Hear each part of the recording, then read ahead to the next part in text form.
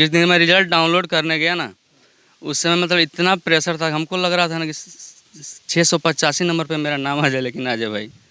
इस सिचुएशन में हम खड़े थे, क्योंकि लग रहा था ना अब की बार रिजल्ट नहीं बना तो बहुत कुछ बिगड़ जाएगा, क्योंकि मेरे 3 भाई छोटे हैं। एक हमारे चलते मतलब उनका भी करियर बर्बाद ही हो रहा है।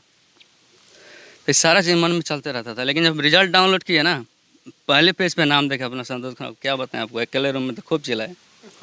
कि यूपीएससी आपने 4 बार फेलियर किया, 4 बार एक तरह से मौका गंवा दिए, उसके बाद बीपीएससी का मूड बनाए। बहुत लोग होते हैं जो एक बार अगर गड़बड़ा जाते हैं तो वो घबरा जाते हैं, छोड़ देते हैं, उन्हें क्या कहिएगा? बहुत छात्र आपको सुन रहे होंगे। ये पिछली बरसात में मतलब मेरा घर गिरने वाला था ना, तो मैं अपने दोस्तों से पैसे ले लेके बनवाया हूँ। और मेरे पापा जी का पीएफ जो करता था होटल में, वहाँ से 1 लाख रुपये मिला था। सब मिला के तब ये घर खड़ा हुआ है। कोई हेल्प नहीं करता है। कितना स्ट्रगल भरा समय रहा था, पूरा इमोशन हो चुके हैं, आपकी आंखों में आंसू आ चुकी है। कितना स्ट्रगल भरा वो जर्नी था जब आप पढ़ाई कर रहे थे, गांव से निकले थे।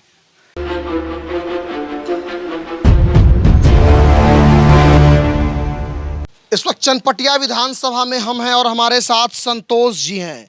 ये वही हैं जिनकी खबर आपने कुछ दिन पहले अखबार की सुर्खियों में पढ़ी होगी कि कैसे एक वेटर का बेटा डीएसपी में अपना नाम चयनित करवा लेते हैं। सबसे पहले आपका सस्तक न्यूज़ में बहुत बहुत स्वागत है। Thank you so much. यहाँ पे क्यों खड़े होकर के हम लोग बात कर रहे हैं, वो दर्शक को आप बता दीजिए।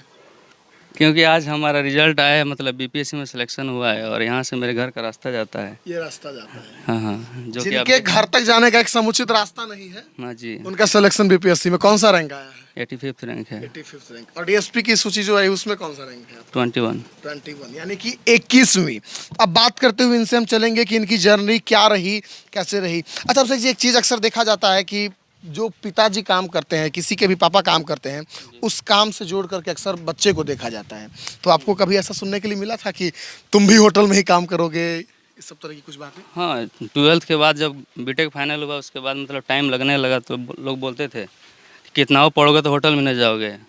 मतलब ऐसा बार बार सुनने को मिलता था, लेकिन आदमी उसका जवाब नहीं देता था, क्योंकि उस समय उस लायक नहीं था कि जवाब दे पाए। उस समय दिल में क्या बैठा लिए थे?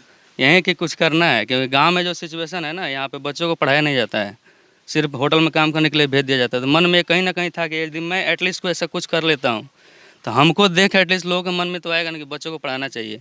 तो ये मेरे मन में हमेशा चलते रहता था। तो मैं सोच लिया था जब तक कुछ ऐसा नहीं करूँगा गाँव में मैं नहीं जाऊँगा। यहाँ सबको पता हुआ मैं गाँव में कभी नहीं रहता था, आता था घर पर मिलता था फिर चला जाता था, क्योंकि अच्छा नहीं लगता था यहाँ पे आना।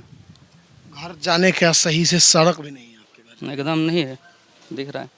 अब क्या करेंगे सड़क के लिए? सबसे पहले कुछ नहीं, हमको जो मिला है हम अपना काम करेंगे, बाकी गांव वाले डिसाइड करें क्या करना है।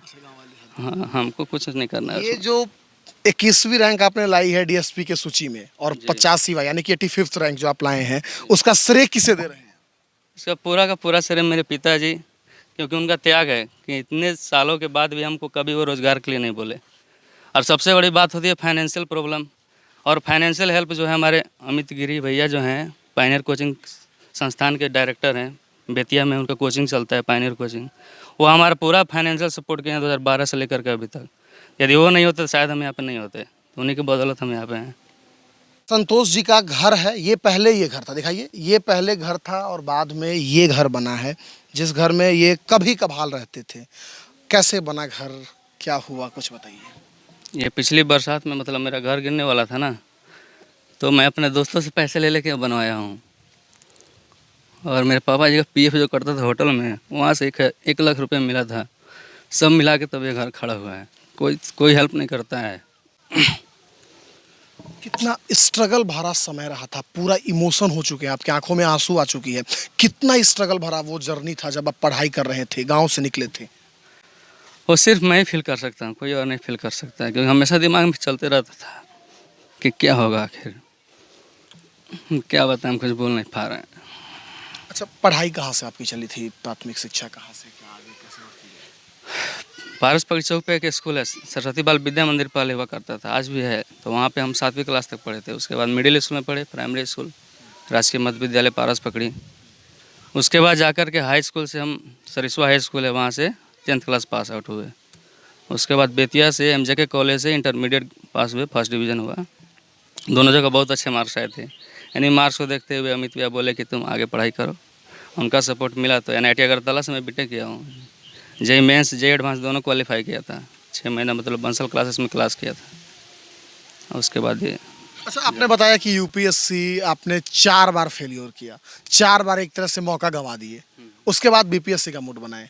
बहुत लोग होते हैं जो एक बार अगर गड़बड़ा जाते हैं तो वो घबरा जाते हैं, छोड़ देते हैं, उन्हें क्या कहिएगा? बहुत छात्र आपको सुन रहे होंगे इस वक्त। होता है ना कि आदमी फेलियर पे फेलियर जब देखता है ना तो बहुत सारी चीज़ें दिमाग में आती रहती है। लेकिन उस समय अमित भी एक आदमी थे ना, हमेशा फ़ोन करके बोलते थे, भाई तुम टेंशन मत लेना, जितना दिन तुम पढ़ेगा ना, पढ़ते पढ़ते जब तक पागल नहीं तब तक हम तुम्हारा सपोर्ट करेंगे।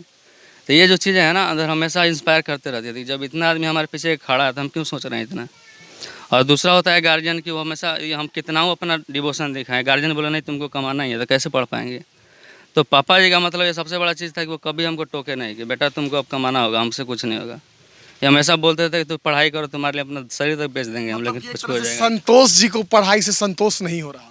नहीं हो रहा ज़्यादा था। पढ़ हाँ सकते हैं, हाँ, पढ़ते जाना है। क्योंकि मन में चल रहा था ना, गांव की स्थिति हम देख रहे हैं। अब बच्चों की स्थिति देखते हैं, छोटे छोटे बच्चे होटल में जाकर प्लेट मचते हैं। ये भी मैं आपके गाँव में?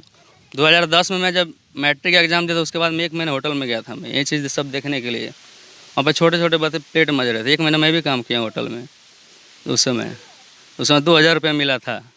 जब मैट्रिक का रिजल्ट आया तो 2000 रुपये से मैं अपने दोस्तों में मैं पार्टी किया था 2000 रुपये का। चाचा जी मेरे हैं ना यहाँ पे, उन्हीं के साथ थे हम। बेगूसराय होटल है, सेलिब्रेशन एक, वहीं पे गए थे। अच्छा, आप डीएसपी बनते हैं, आप ट्रेनिंग चलेगी, उसके बाद नियुक्ति होगी, उसके बाद सबसे पहला काम आप क्या करेंगे? सबसे पहला काम तो आके मम्मी पापा से मिलेंगे, मम्मी पापा के लिए कुछ खरीदेंगे। हाँ हाँ, आँख पूरी भर गई हुई है, आंसू क्यों है? वही इमोशन है कि जो चीज़ हम ये 3 तारीख से पहले बोलते हैं ना, किसी को समझ में नहीं आता, लेकिन आज उस लायक हुआ कि बोल पा रहा हूँ, तो थोड़ा बोल नहीं पा रहा हूँ क्योंकि अपने लोग हैं ना, इनके सामने इनकी बुराई कैसे कर सकते हैं, तो अच्छा नहीं लग रहा है इसलिए। बिहार में आपको डीएसपी का पद दिया जाएगा, बिहार को किस नज़रिए से देखते हैं आप? देखिए हर जगह कुछ ना कुछ प्रॉब्लम है, लेकिन बिहार में मतलब आगे बढ़ने की बहुत संभावना है, क्योंकि बिहार के पास सबसे बड़ी यूथ है। लेकिन यूथ को सही डायरेक्शन चाहिए होता है, तो हमसे जितना हो पाएगा वो करेंगे। अब बिहार को सबका एक ही लक्ष्य होना चाहिए कि बिहार को आगे लेके कैसे जाएं, बस। रैंक कौन सी थी आपकी? 85। 85। आपने पहली अटेम्प्ट में बीपीएससी में 85 रैंक लाया है, और ये बहुत सारे लोग इस रैंक तक पहली अटेम्प्ट में तो खैर बहुत कम ही लोग पहुंच पाते हैं। कैसा लग रहा है आपको? बहुत अच्छा फील हो रहा है। मतलब बचपन में आपने सोचा था कि नहीं सोचा था कि ये रैंक हमें मिलेगी, या फिर हम इस तरह का एग्जाम क्वालिफाई करेंगे? नहीं, जब जिस दिन मैं रिजल्ट डाउनलोड करने गया ना, उस समय मतलब इतना प्रेशर था, हमको लग रहा था ना कि 685 नंबर पे मेरा नाम आ जाए, लेकिन आ जाए भाई। इस सिचुएशन में हम खड़े थे, क्योंकि लग रहा था ना अब की बार रिजल्ट नहीं बना तो बहुत कुछ बिगड़ जाएगा, क्योंकि मेरे 3 भाई छोटे हैं। एक हमारे चलते मतलब उनका भी करियर बर्बाद ही हो रहा है। तो ये सारा चीज़ मन में चलते रहता था, लेकिन जब रिजल्ट डाउनलोड किया ना, पहले पेज पे नाम देखा अपना संतोष खान, क्या बताएं आपको, अकेले रूम में तो खूब चिल्लाए। देश के बहुत सारे ऐसे छात्र आपको अभी सुन रहे होंगे जो लगातार कई अटेम्प्ट से यूपीएससी हो या फिर बीपीएससी की तैयारी कर रहे हैं, अलग अलग कंपटीशन एग्जाम की तैयारी कर रहे हैं, और अंत में हार करके जब वो नहीं क्वालिफाई कर पाते हैं तो घर लौट जाते हैं, या फिर बहुत लोग गलत कदम भी उठा लेते हैं। उन्हें क्या कहेंगे आप? क्या प्रेरणा? देखिए फेलियर सबके जीवन में आती है। आज मैं उस लायक हुआ कि आपको बोल पा रहा हूँ कि मतलब क्या बोले, मतलब फेलियर आए तो डरना नहीं चाहिए। यदि आप में डिटर्मिनेशन है और सेल्फ मोटिवेशन है तो आप कुछ कर पाने की जिद रखते हैं, तो कोई ना कोई जरिया भगवान दे ही देता है। जैसे मेरे केस में जरिया कुछ ना कुछ तो आ ही गया ना, जहाँ से हम यहाँ तक पहुँचे। तो डरिए मत, काम में लगे रहिए, अपना रिवीजन करते रहिए। रिवीजन बेस्ट है, एक दिन ज़रूर होगा। तो हमारे जैसा लड़के यहाँ पहुँच सकता है तो कोई भी पहुँच सकता है। और सही बात इन्होंने बताया कि जब इनके जैसे लोग यहाँ पहुँच सकते हैं तो कोई भी पहुँच सकता है। ये इनका घर है, नज़दीक आकर के दिखाइए, ये इनका घर है जिसमें ये पिछले साल तक रहते थे।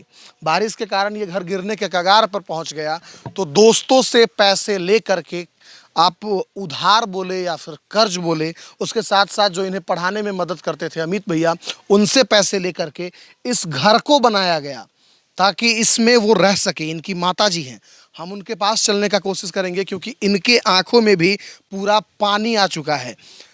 कैसा लग रहा है चाची? सभी लोग आज आपके यहाँ आ रहे हैं, बात कर रहे हैं, कभी सोचे थे? अच्छा लग रहा है, अच्छा लग, हाँ अच्छा लग रहा है। आंख में आंसू का है आ गया?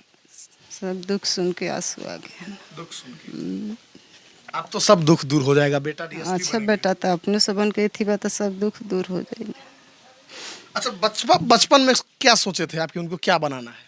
बचपन में तो हमनी के तो सरशक्ति ना रहे, तो हमनी के तो अथी तक ले पारस पकड़ी में पढ़ौनी से मैट्रिक तक ले, ओकरा बाद से हमनी के कोनो शक्ति ना रहे।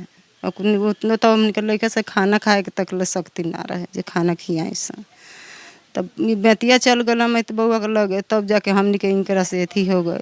हमनी के ऊपर के बाद से हमनी के एक पैसा नहीं खिसे दिले बउआ। अच्छा, 4-4 साल जब दिल्ली में रहे थे, कुछ नहीं हो पा रहा था, तो लगता था आपको कि अब चले आना चाहिए, बहुत दिन मेहनत कर ली? हमनी तो ये बात नहीं से कहले बउआ चल। बउआ जब अमित बउआ आगे मैं टांग वहाँ का घींचतानी तो हमनी कौन से बउआ तू पीछे जन हटिया, जहाँ तक ले वहाँ का घींचतानी वहाँ तक हमनी के तू फिक्र मत करिए। हमनी के जगह होई, हमनी के अथी होई, वहाँ के जगह हमनी का कबो नहीं से कहले जे आगे मैं से पीछे तू हट, कभी ना। अच्छा, तो पैसा कौड़ी कहाँ से, पैसा का व्यवस्था कहाँ से होता था परिवार चलाने के लिए? या फिर पैसा के हम पति कमाते हैं होटल में, वहीं से कमा के ले आते हैं, बेटर के काम करते हैं, तो हमनी के सब ये सब होता है ना।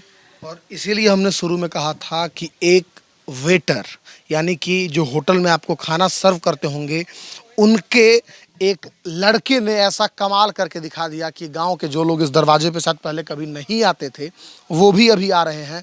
और उस घर के गिरने के बाद ये घर कर्ज के पैसे से बना और एक ऐसा मुकाम अभी इन्होंने हासिल किया है। और बोलते बोलते बार बार इमोशनल हो जा रहे हैं, भावुक हो जा रहे हैं, अपनी कहानी बताने के दौरान रो पड़ रहे हैं। इनकी माता जी की आंख में आंसू है, और आंसू का सबसे बड़ा कारण यही है कि जिस चीज़ की कभी इन्होंने उम्मीद नहीं की थी, वो जब सामने एकाएक आ गया तो शायद आंख में आंसू चले ही आएगा।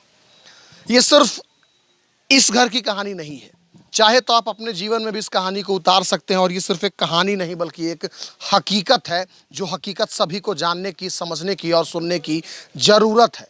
आप 2 रोटी कम खाकर भी अपने बच्चे को पढ़ा देते हैं तो सबसे ज़्यादा ज़रूरी शिक्षा है, और शिक्षा अगर दे देते हैं तो शायद आप भी इस रैंक को हासिल कर पाएंगे। और सबसे बड़ी बात तो यह है कि फर्स्ट अटैम्प्ट में 85वां रैंक, और डीएसपी की जो चयन प्रक्रिया होती है उसमें 21वां यानी कि 21th रैंक जो आया है, वो एक बहुत बड़ी रैंक है और बहुत बड़ी उपलब्धि है। फाइनली इनको पूरी सस्तक की टीम की ओर से बहुत बहुत बधाई। और इस गांव के लोगों को यही कहेंगे, इन्होंने जो कहा है उस पर अमल कीजिए। और सिर्फ इस गांव के लोग नहीं बल्कि जितने भी हमारे दर्शक अभी हमें सुन रहे होंगे, सबसे ये कहेंगे कि अमल कीजिए और पढ़ाई लिखाई से कभी मुंह मत मोड़िए। जय हिंद।